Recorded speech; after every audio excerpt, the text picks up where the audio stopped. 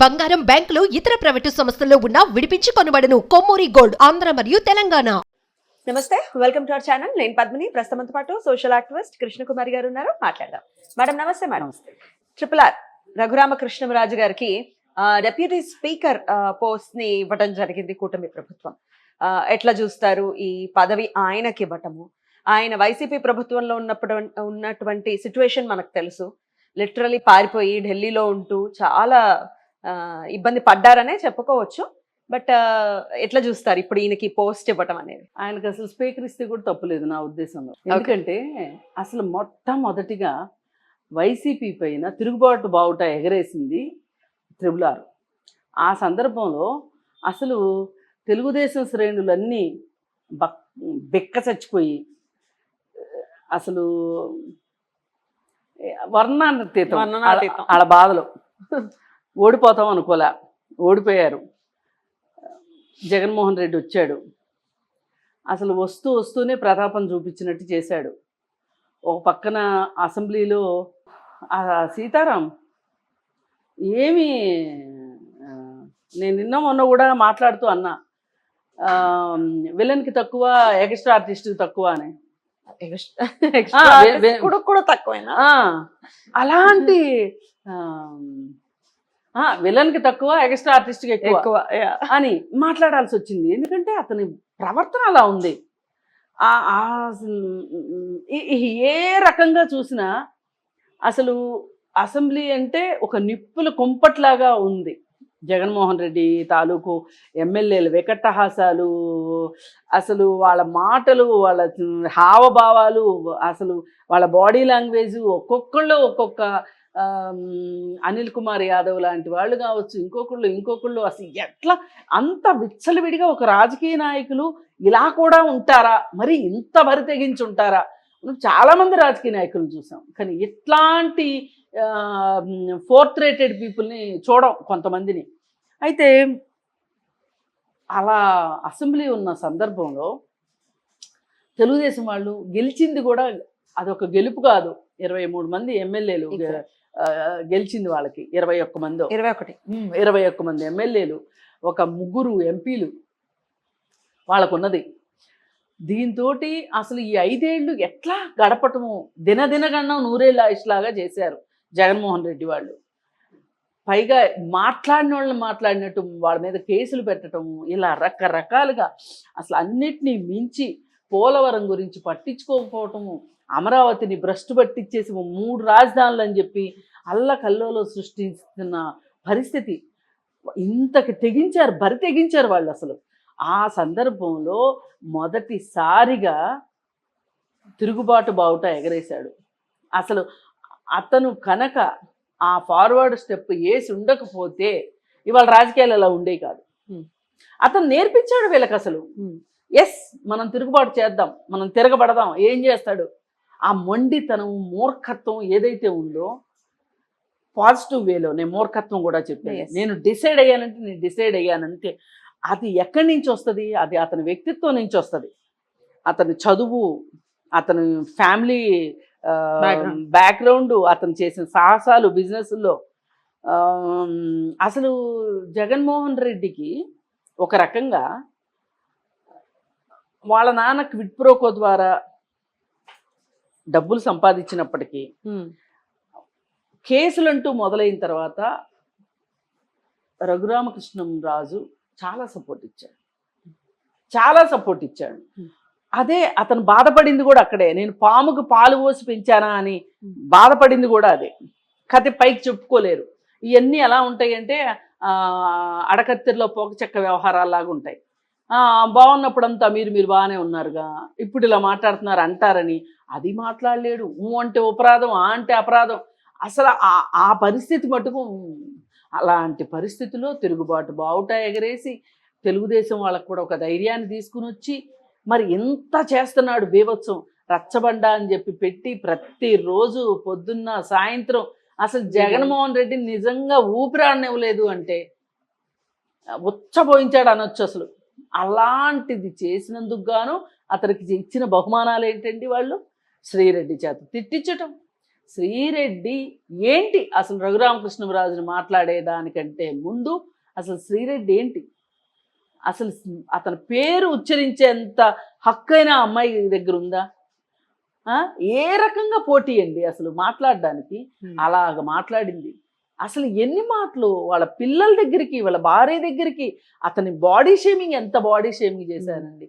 అసలు నిజంగా అంత బాడీ షేమింగ్ చేయించుకుని కూడా విగ్గురాజు అని పిలిపించుకొని నిజంగా అసలు తూనా బొడ్డు అనుకుంటే ఈ రాజకీయాలు వదిలేసేసి లండన్లోనూ అమెరికాలోనూ అతనికి ఉన్న డబ్బులకి ఎక్కడైనా బతకొచ్చు. అసలు ఇవన్నీ కాదు, ఏ బాంబేలో ఉంటే మటుకు వీళ్ళు ఏం చేస్తారు, అసలు రాజకీయాల్లోంచి బయటకు వచ్చేస్తే ఏం చేయగలుగుతారు వీళ్ళు? అలాంటి మనిషిని డబ్బులు కూడా ఇవ్వాలంట రఘురామకృష్ణరాజుకి. డబ్బులు ఇవ్వాలి. ఎవరు? జగన్మోహన్ రెడ్డి. అందరే తీసేసుకుంటాడుగా. పిల్లికి ఏ ఇంట్లో మాంసం ఉందో వాసన వచ్చినట్టు ఎవరి దగ్గర డబ్బులు ఉంటే వాళ్ళ దగ్గర నుంచి డబ్బులు తీసేసుకుంటాడు. మరి అప్పు కూడా చాలా గరానాగా చేస్తాడు, అదరగండంగా చేస్తాడు జగన్మోహన్ రెడ్డి. చాలా ఉన్నాయి ఆ కథలు.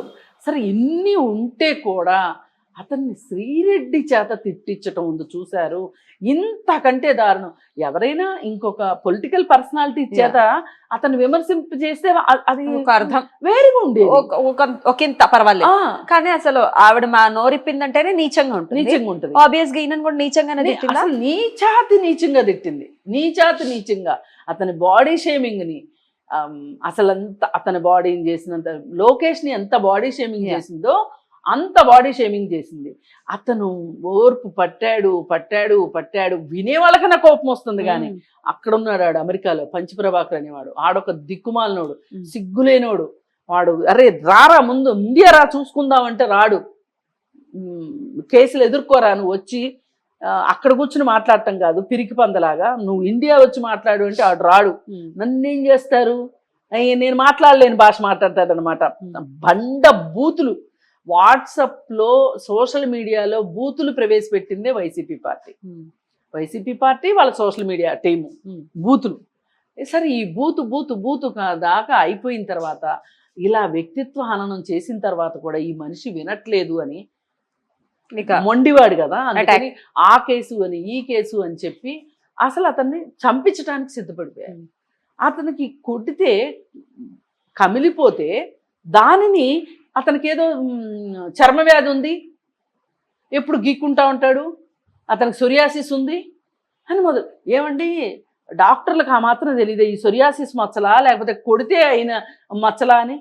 ఆ రోజు అతను కాబట్టి గుండె నిబ్రం ఉంది కాబట్టే రఘురామకృష్ణరాజు రైల్వే ఆర్మీ హాస్పిటల్కి వెళ్ళాడు. ఎంత తెలివో చూడండి. అదే ఆర్మీ హాస్పిటల్ కాకుండా వేరే ఇంకే హాస్పిటల్కి వెళ్ళినా అతన్ని ఖతం చేయించేవాడు. అందుకే అతను తెలివిగా అంత కష్టాల్లో కూడా అతనికి తాను ఏం చెయ్యాలనేది గుర్తొచ్చింది చూసారా, అసలు ధైర్యం అంటే అది. మరి ఇంత చేసిన తర్వాత అతనికి సీట్ ఇచ్చే దగ్గర కూడా తెలుగుదేశం పార్టీ బీజేపీ వాళ్ళు ఇస్తారని తెలుగుదేశం వాళ్ళు ఇచ్చుకుంటారు లేని బీజేపీ వాళ్ళు ఒక రకంగా ఆడుకున్నారు రఘురామకృష్ణరాజుతో. ఇక్కడ కూడా జరిగింది. అసలు ఏమండి ఇప్పుడున్న మినిస్టర్లకి ఏం తీసిపోయాడండి రఘురామకృష్ణరాజు? ఇవ్వచ్చు కదా ఒక మినిస్ట్రీ.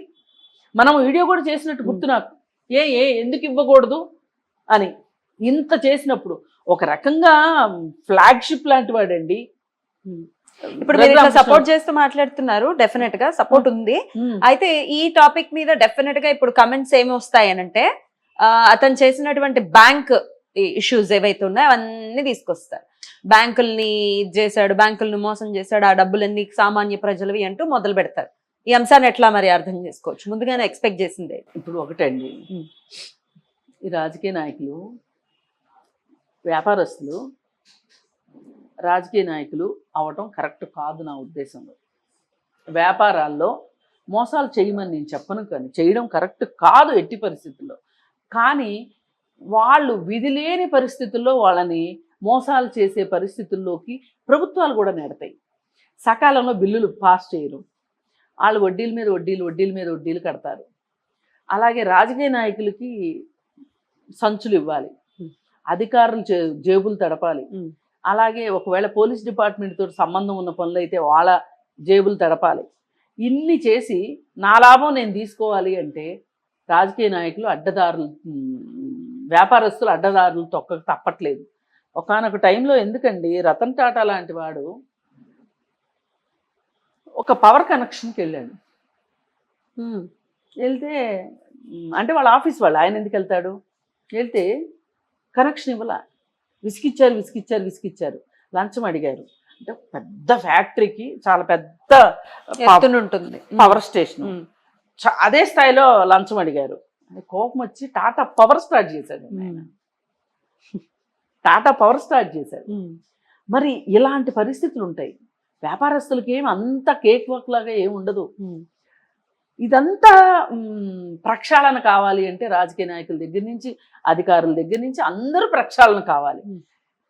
సరే వీళ్ళు ఏమనుకుంటారంటే అందరూ ఏదో పనులు చేస్తున్నారు, వాళ్ళ ఏదో పనుల వల్ల నేను నష్టపోతున్నాను, నేను ఏదో పని చేస్తాను, నేను జస్టిఫికేషన్ చేయట్లా, ఉన్న వాస్తవం చెప్తున్నా. ఈ పరిస్థితుల్లో వాళ్ళు వ్యాపారాల్లో నిలదొక్కుంటానుకా లేకపోతే ఇంకోట అసలు ఇంకొక స్ట్రాటజీ ఏంటంటే ఓపీఎం అని ఒక స్ట్రాటజీ ఉంది, అదర్ పీపుల్స్ మనీ. నా డబ్బులు నేను వాడుకుంటే తెలివితేటలేంటి, బ్యాంకుల డబ్బులు వాడితే కదా నా తెలివితేటలు. ఇప్పుడు మీరు బిజినెస్లో లేరు కాబట్టి మీకు ఈ అదర్ పీపుల్స్ మనీ అనేది తెలియట్లా.